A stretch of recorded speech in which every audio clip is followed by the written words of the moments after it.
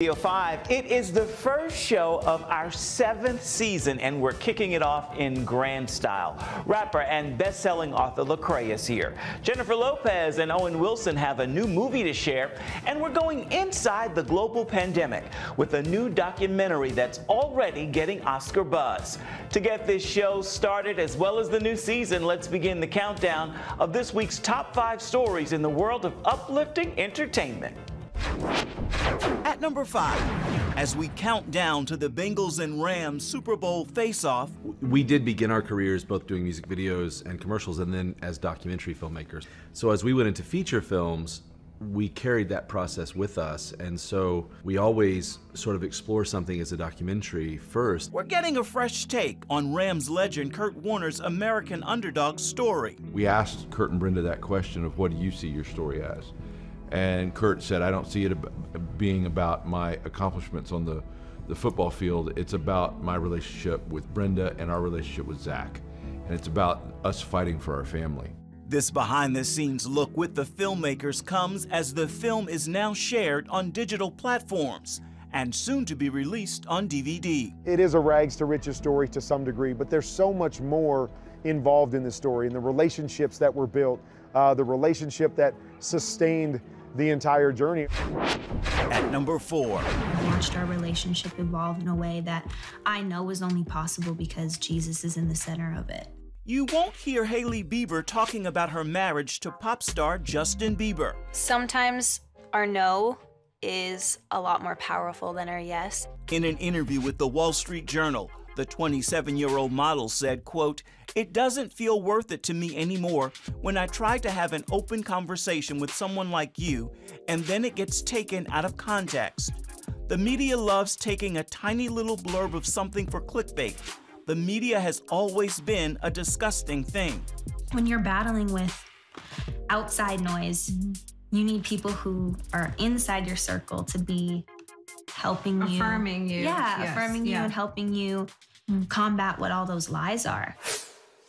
That's a great way to kick off the countdown this week, and we're excited about what's coming up next. Rapper, husband, father, best-selling author, and Reach Records label creator Lecrae. He's breaking news in our sit-down this week and sharing music from his latest project, No Church in a While.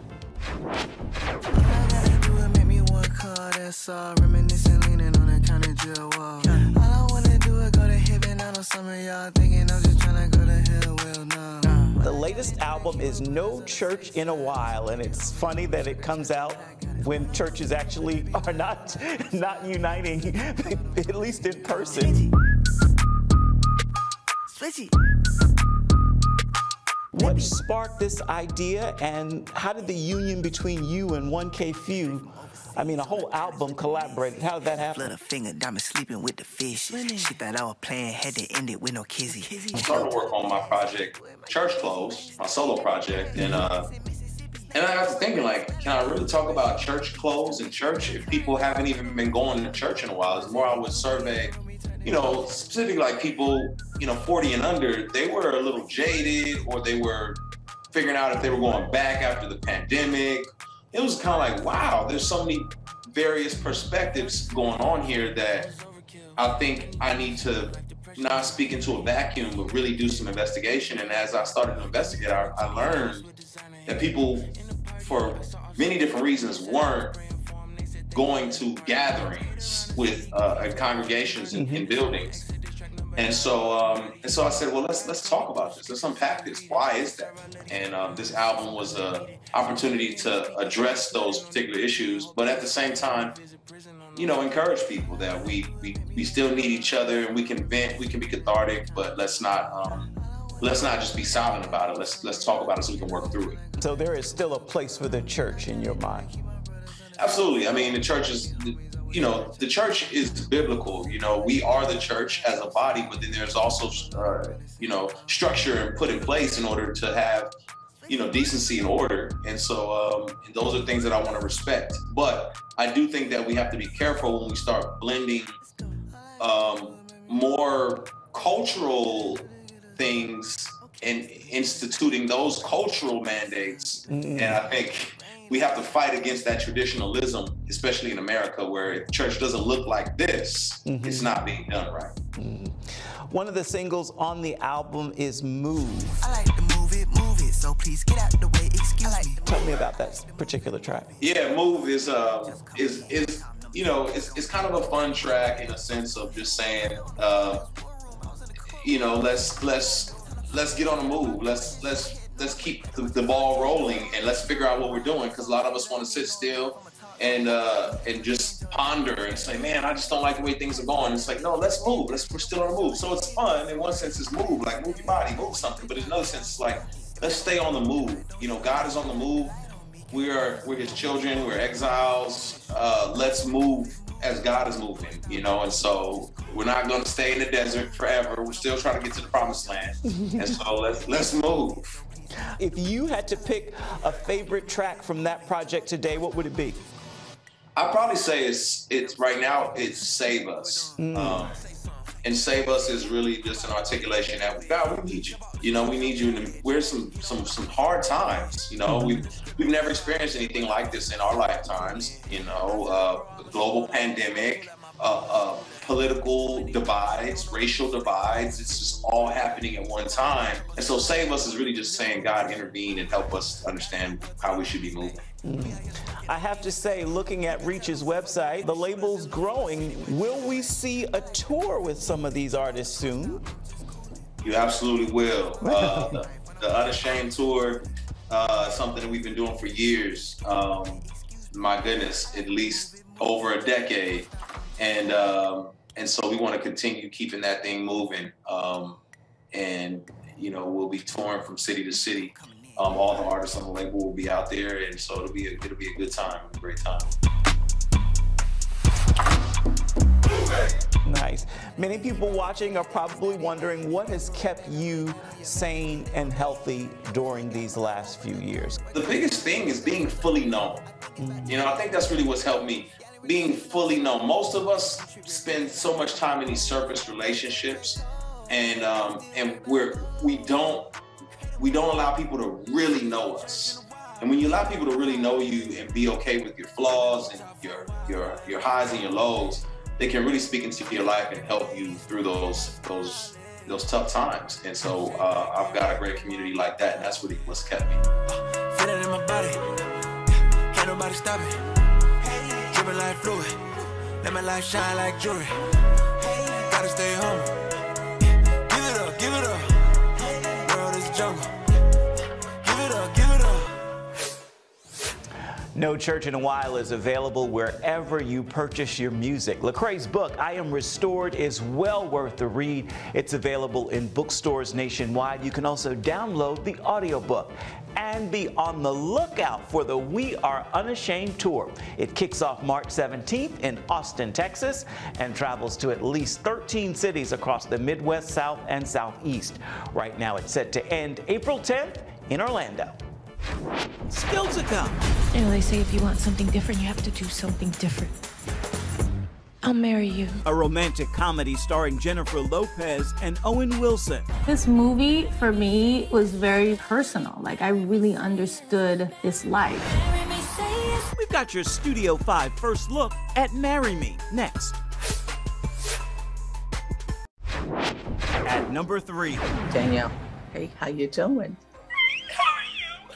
I am here representing all things purple to tell you that you are our Sophia.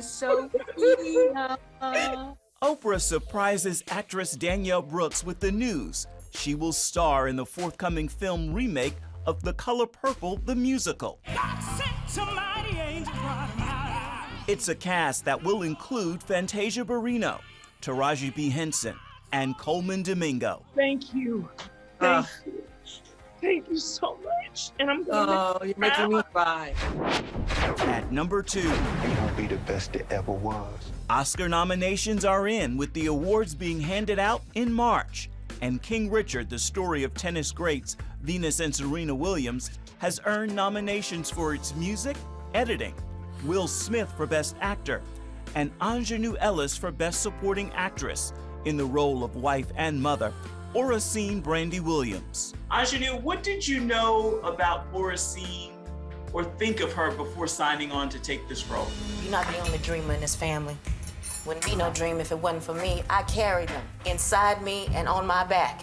And I carried you too. I'm just happy. I'm so happy that this woman who did what she did without ceremony,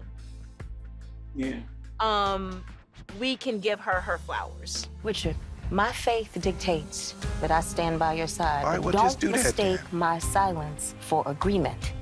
You do that again, and I won't be quiet. Well, that leaves us with just one more story in our top 5 countdown this week. Welcome back to Studio 5. We are back now with a look at a romantic comedy that stars Jennifer Lopez and Owen Wilson. Lopez plays a global pop star in this movie. Sound familiar? Here's your Studio 5 first look at Marry Me. All right, let's do it again from the top. You can't imagine anyone but Jennifer Lopez playing this part. You definitely don't need a double for her dancing. The Marry Me concert tour is something you will not want to miss. In 36 hours, superstar Kat Valdez and Grammy-winning Bastion will perform their new song, Marry Me, and exchange vows in front of a streaming audience of 20 million people. See you tomorrow. I'll be the one in the veil. Charlie, this is once in a lifetime. I've got my daughter tonight. Good. I've got 3 tickets for tonight. Bring her. Dad, you haven't had any fun since Mom left. Just say yes. What am I doing here? This movie, for me, was very personal. Like, I really understood this life. Kat Valdez, she's a global superstar. She's strong and confident. She's a businesswoman. She's a boss. But also, she's just a regular person. She's a regular girl who needs love and who wants to feel like she has a home. At the opening of the movie, Kat is about to get married. She's doing this huge concert with her boyfriend of a couple years, but in 1 second, everything changes. Bastion was caught cheating on her with her assistant. You know, they say if you want something different, you have to do something different. I'll marry you. You. Charlie is a math teacher. He has, kind of a simple life. Your first time bowling. There's a level of fantasy to this movie of this normal everyman, Charlie Gilbert, being picked by this huge celebrity and coming into this lavish world of excess and sparkles and beauty and wealth. People want to see movies that give them hope. Hope is romantic. What do? Just stand and smile. Being that Charlie is not into celebrity, he's able to really just see a person and love her for who she is, the girl. But Charlie's struggling with this world of superstardom. He got nominated at the Grammys. What? At the end of the day, I think those differences is what the movie's about. We don't need to pretend. I don't fit. At the end of the day, no matter how big and famous you are, you just want a simple life. You want to be happy. You want to have love. You want to find love.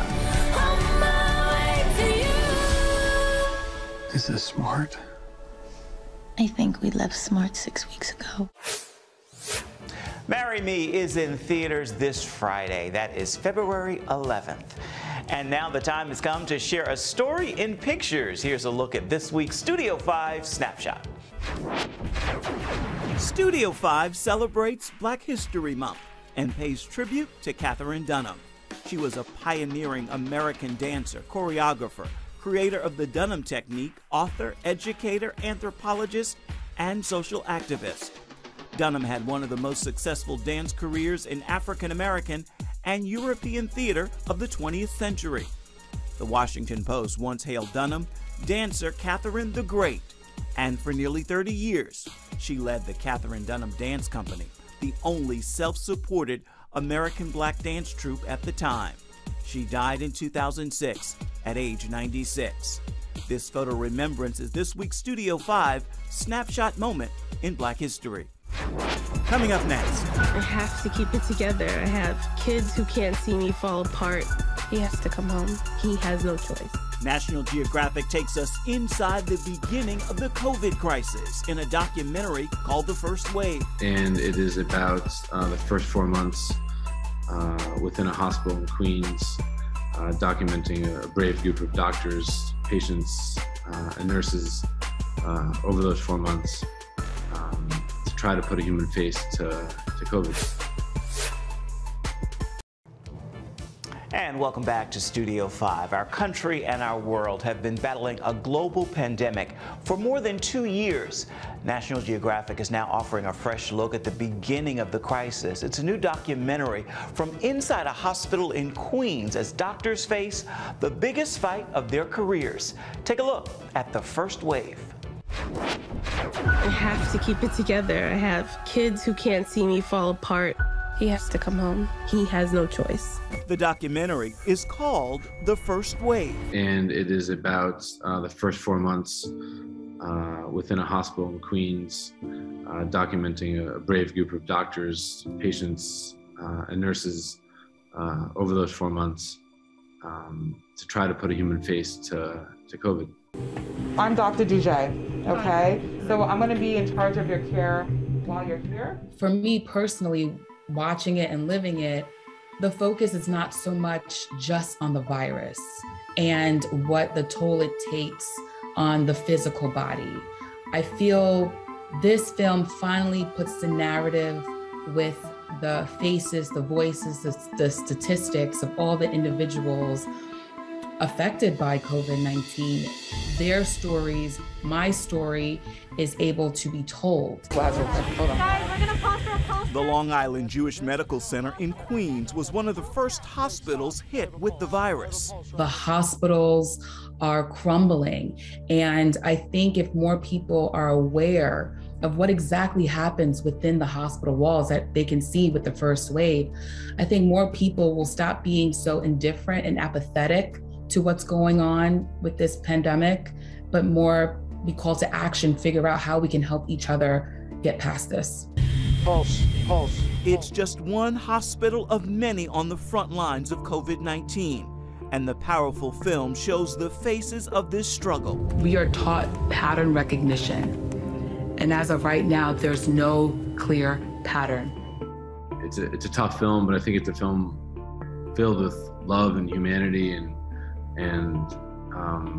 you know, to me, the overarching feeling that I hope people come away with is just the incredible power of the human spirit when faced with great odds. We weren't made for this, but I think this made us. I'm tired of seeing people like you in the hospital. Your family cares about you. You got people who care about you. The First Wave streams to Hulu right now, and there's already Oscar buzz surrounding the film. With that, we have made it to this week's #1 story in our weekly countdown of uplifting entertainment. Here's what's finishing on top this week.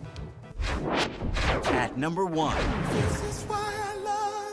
Grammy-nominated artist Major is touring the country with a mission to motivate in what he calls the Major Hope Experience. What if I told you hope was the key?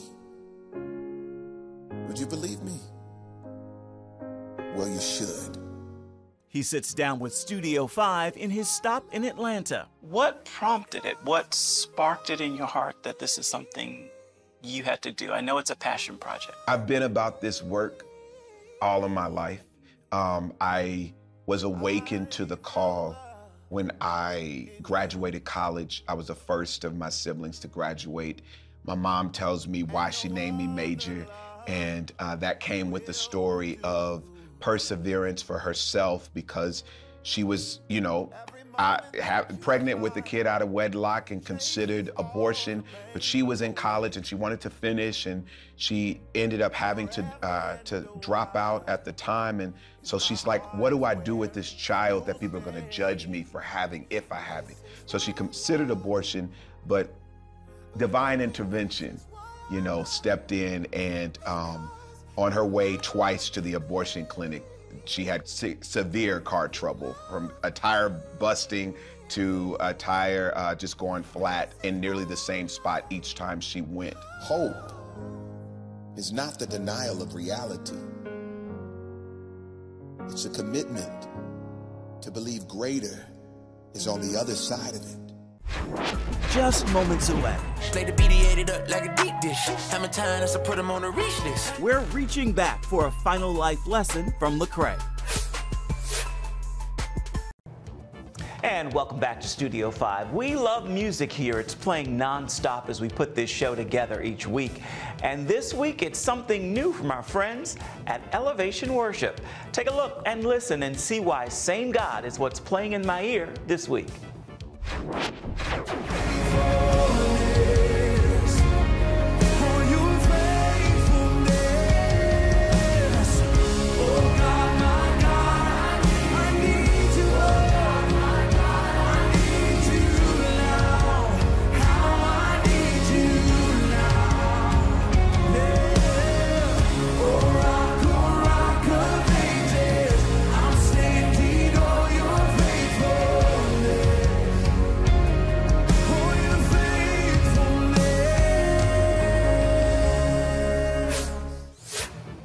Well, on that musical note, we are almost out of time for this edition of Studio 5. So we want to look ahead to see what's coming up next week.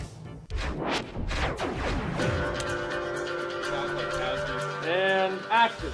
It's a buddy comedy that follows the misadventures of two former Army Rangers paired against their will on the road trip of a lifetime. We were directing this together, but a lot of it was me just being directed by my buddy. Do one more of those, Chan, where you just explain it as your experiences. I love him to death. We watch Channing Tatum at work behind the scenes and in front of the camera in Dog. We talked a lot about tone in the beginning, and one of the first things that we kind of looked at each other and said, we were like, we're not making a sad soldier movie. What's up, dog? And you're gonna go on a little road trip. Easy. What are y'all so scared of? Smell it out, big time. And we hope you'll join us for that story and so much more come next week. Before we say goodbye today, we want to return to rapper, husband, father, best-selling author, and businessman Lecrae for a final word for today's show. Once upon a time, I thought I was done with Christianity, but the reality was I was just done with the institutional, corporatized, gentrified, politicized, culturally exclusive version of it. Unpack that a little bit. What do you mean? I came into the faith as a young man, an adult, doe-eyed and expecting it to be this perfect community and family. Obviously, it was full of broken people. And broken people create broken systems. And I just saw that not live up to the expectation that I had. And I saw a lot of inconsistencies. I'd go on these tours and I'd see people say one thing on stage and live another way off stage. And I've seen how people can tend to manipulate faith for power or prestige or financial gain or create these culturally exclusive groups and clubs. And it so disenchanted me. I thought that they were synonymous with the Christian faith. And I said, well, I don't want anything to do with this faith. And it took me a while to realize that is not the faith. That is a version or a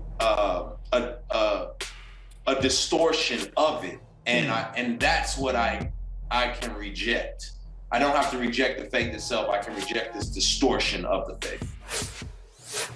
Lecrae, thank you. That is a great final word for this first edition of Studio 5 in Season 7 and this week's look at uplifting entertainment. Until next time, make time to uplift someone around you, and then please come on back and see where Studio 5 takes you next week. Thank you for watching. Bye-bye, everybody.